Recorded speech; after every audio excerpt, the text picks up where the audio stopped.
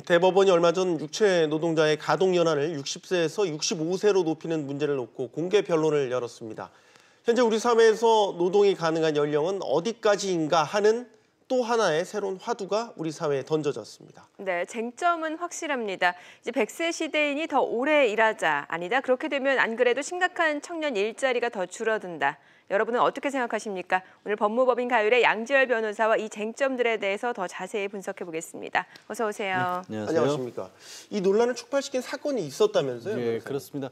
뭐 두 가지 정도 사건이 대법원까지 가는데 네. 4세 아동이 물놀이 하다가 수영장에 숨졌던 사건, 그리고 49세의 전기기사분이 숨진 사건이었는데요. 네. 사실 이 사건은 이제 따져볼 만한 게 법적으로는 두 가지 정도가 있어요. 왜냐하면 이 4세 아동의 경우, 그러니까 직업을 갖지 않은 아이, 청소년이나 혹은 가정주부 같은 경우에 지금 손해배상 기준을 찾을 때 직업을 육체노동자에 준해서 지금 따지거든요. 그러니까 꼭 직업이 없는 상황이면 무조건 육체노동자, 가장 낮은 직급으로 분류를 해서 그 직업을 따질 것이냐가 하나가 있고, 또 그렇게 육체노동자로 따졌을 경우에는 60세까지만 일을 할 수 있는 걸로 따지는 겁니다. 그렇게 해서 손해배상 액수 같은 걸 계산하는 건데, 그것도 60세까지만 일을 할 수 있다고 봐야 되는 게 맞느냐. 이번 대법원에서는 일단은 나이 문제, 몇 세까지 일을 할 수 있을 것이냐를 쟁점으로 주요 따졌습니다. 그러면은 가동 연한이라는 말이 좀 어려울 수도 있는데 쉽게 말해서 노동을 해서 돈을 벌 수 있는 최후 연령, 이렇게 해석을 하면 되는 겁니까? 그래서 사실 이 가동 연한이라는 용어도 좀 바꿨으면 싶은 게 좀 개인적인 바람입니다. 이게 기계에나 쓰는 용어인데 이게 사람에 대해서 가동연한이라 표현을 쓰는 게 맞는지는 모르겠습니다. 어쨌든 법적으로 저렇게 부르고 있는데요. 말씀하신 것처럼 이 가장 늦게까지 언제까지 일할 수 있을 것이냐인데, 이게 직업별로 좀 다르게 일단 표준치가 나와 있습니다. 예를 들어서 지금 말씀드리고 있는 것처럼 육체노동자의 경우에는 60세까지를 가동연한으로 보고 있고요. 뭐 댄스 가수 같은 경우에는 35세. 저 같은 변호사는 사실 70세까지로 법적으로 가동연한이 돼 있거든요. 그러니까 직업별로도 조금씩 다르게 책정이 돼 있는 겁니다. 그렇게 직업별로 저는 처음 알았어요. 지금 이제 회사에 다니시는 분들은 회사에서 정년을 정해놓고 있는데 예를 들어서 뭐 70세까지 있는 게 변호사하고 목사 정도가 가장 길게 지금 일을 할 수 있도록 돼 있고, 가수 같은 경우에도 댄스 가수와 발라드 가수 이런 건 좀 다르게 그렇게 좀 잡혀 있습니다. 야, 또 그런 면이 또 있군요. 그러니까 만약에 35세의 댄스 가수가 교통사고를 당했다 그러면 35세까지는 댄스 가수로서의 수입을 잡아주는 거고요. 35세부터는 육체노동자에 준해서 이렇게 계산을 하게 됩니다. 야, 그럼 공개 변론에서 이제 제기된 양측의 주장, 좀 일단 골자를 짚어 주시죠. 일단 현실이라는 거죠. 그러니까 고령화 현실인데, 이 현재 이 60세로 육체노동자 나이를 정한 게 89년도에 정했거든요. 그 전까지는 55세까지 일을 할 수 있다고 있었습니다. 그런데 89년도와 지금하고 비교를 해보니까 평균 연령이 11.2세가 증가를 했어요.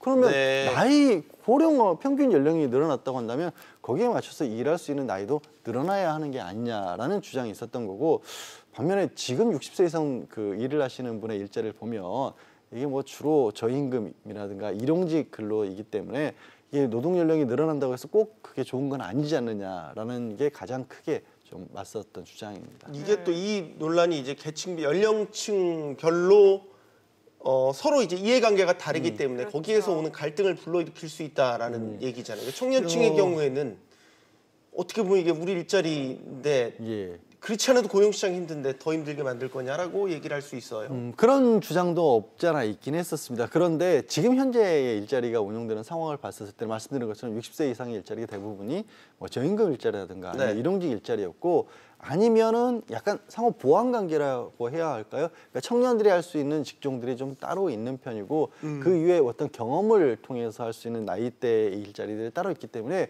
그게 어떻게 보면은 뭐 청년들의 일자리를 가질 수가 없다. 그러니까 뭐 극단적으로 어르신들이 계속해서 일을 할 만에 우리 일자리가 생기지 않는다라는 효과는 좀 낮은 걸로, 일단 참고인으로 출석했던 분들이 그런 식의 진술들을 좀 했습니다.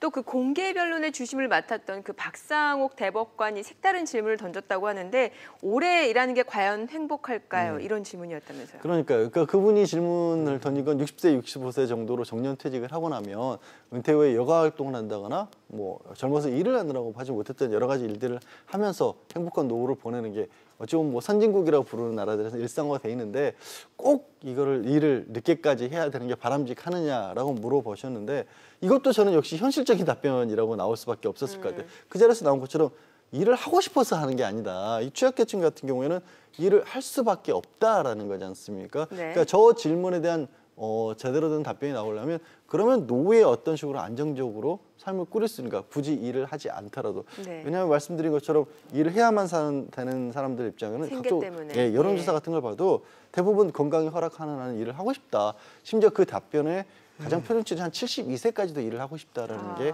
상당수를 차지했거든요. 그래서 어쩌면 박상욱 대법관의 질문은 사실 우리가 이걸 법정에서 이거를 정하는 것만이 답은 아니다. 그러니까 국가 전체적으로 이 노후의 보장이나 이런 부분들을 어떻게 끌고 나갈지가 나와야 우리도 이 가동연화를 늘려주든지 아니면 현행을 유지하든지 할 수 있는 게 아니냐. 사실 반문도 저 안에 포함되어 있다고 봐야 됩니다. 이게 이제 가동연한으로 얘기를 해서 그렇지만 간단치 않게 봐야 되는 게 정년 연장으로 이어질 수도 있고요. 그다음에 이제 국민연금 수급 연령이라는 것도 우리한테 있기 때문에 그렇습니다. 여러 가지 따져야 될 게 한두 가지가 아닌 것 따져야 될 같습니다. 게 예를 들어서 손해배상 같은 게 대표적입니다. 법정에서 사망사고 같은 게 발생을 하면 그 사람에게 얼마만큼 손해배상액을 줘야 될 것이냐를 결국에 가동연한에 따라서 수익이 얼마만큼 있었느냐를 계산하는데 35세쯤에 예를 들어서 지금 문제가 되고 육체 노동자가 사망을 했을 경우 지금은 한 2억 7천여만 원이 됩니다. 그런데 65세로 늘면 이게 3억 원이 넘어서거든요. 그렇게 되면 말씀하신 것처럼 보험 이런 문제들 다 늘어나게 되는 거고요. 또 국민연금 같은 경우도 지금은 그러면 오히려 국민연금은 좋다라는 쪽에 있는 게 65세 그렇죠. 오히려 국민연금은 받을 수 있지 않습니까? 근데 60세에 그만둬야 된다 그러면 5년 동안은 어떻게 해? 그러면 내가 소득도 없는데 연금도 안 나오는데 어떻게 해야 되느냐는 현실적인 문제도 있기 때문에 여러 가지 부분들이 조율을 해야 됩니다. 네. 자, 다음 내용을 좀 살펴보도록 하죠. KT 아연국사 화재가 난 지 지금 일주일이 지났습니다. 휴대폰, 스마트폰 쓰시는 분들은 대부분 불편 없이 사용을 한다라는 것 같은데 아직까지 그 소상공인들은 불편을 호소하는 경우가 많더라고요. 지금 어디까지가 복구된 상황입니까? 특히 아현지구에서 가까운 곳에 있는 소상공인분들이 의외로 불편함을 많이 호소하고 계신다고 해요. 말씀하신 것처럼 무선전화라든가 인터넷은 거의 다 복구가 되는데 유선전화는 완전 복구가 안 돼 있고 또 KT 측에서 이제 구리선을 통해서 관로 작업을 하는 것은 구리선이 굉장히 무겁잖아요. 이런 부분들이 있어서 조금 복구가 지금 지연되고 있다라고 합니다.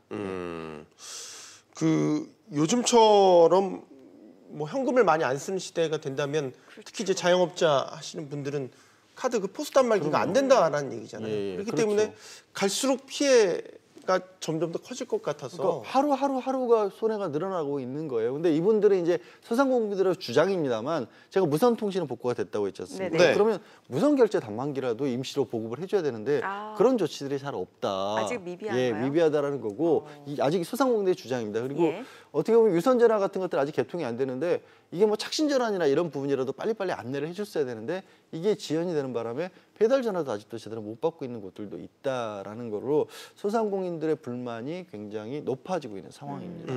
앞서 KT가 그에 따른 보상으로 뭐 1개월치 요금을 감면해주겠다라는 보상을 내는데 소상공인들에 대한 보상은 지금 따로 나오고 있습니까? 아직 책정을 못 하고 있어요. 그러니까 단순하게 문제가 그거지 않습니까? 전화 사용료를 감면해 주는 게 문제가 아니라 전화를 사용하지 못하기 때문에 일을 못하게 되는 분들이 있지 않습니까? 피해에 대한 유선 통신망이 지금 복구 안 된 상황에서는 PC방 같은 경우는 아예 영업을 못하는 거예요. 그러니까 그런 것들을 어떻게 할지를 KT 측에서도 아직 뚜렷한 대안을 내놓지 못하고 있는데요. 각자 또 소상공인들별로 일하는 것에 따라 일하는 형태도 다르고 이게 어쨌든 직접적인 손해라기보다는 간접적인 손해지 않습니까? 그래서 과연 어디까지 얼마만큼 배상을 해줘야 될지를 상당히 지금 심각한 문제로 떠오르고 있는 거죠. 만약에 KT가 내놓은 피해 보상안이 눈높이에 맞지 않는다.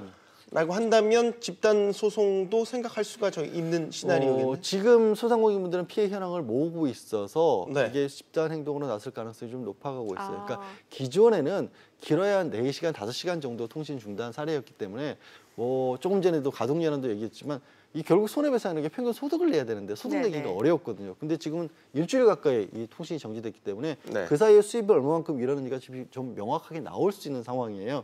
그래서 다른 때와 달리 좀 소상공인들이 집단 소송을 했었을 때 손해배상 인정 가능성 같은 거 조금은 올라간 상황이라서 어떤 식으로 보상이 나오는지가 굉장히 중요한 상황이 됐습니다. 이런 경우에는 피해 보상 입증 주체를 누구로 결국에는 손해배상을 입증할 때는 언제나 피해를 주장하는 쪽이거든요. 그 부분이 좀 불리하다라고 보여지는 거죠. 그 부분이 굉장히 불리한데 근데 말씀드렸다시피 이 기간이 길어져서 그나마 예를 들어서 월 평균 매출이라는 게 있지 않습니까? 그러면 월 얼마 정도 100만 원이다 본다면 일주일을 못했으면 그중에 4분의 1을 매출이 줄어든 거다. 이런 식의 주장이 가능해진 상황이라는 거죠. 그게 3-4시간 있었을 때는 그것도 모호했었거든요. KT 통신화재 소식까지 알아봤습니다. 양지열 변호사였습니다. 감사합니다. 네, 잘 고맙습니다. 들었습니다.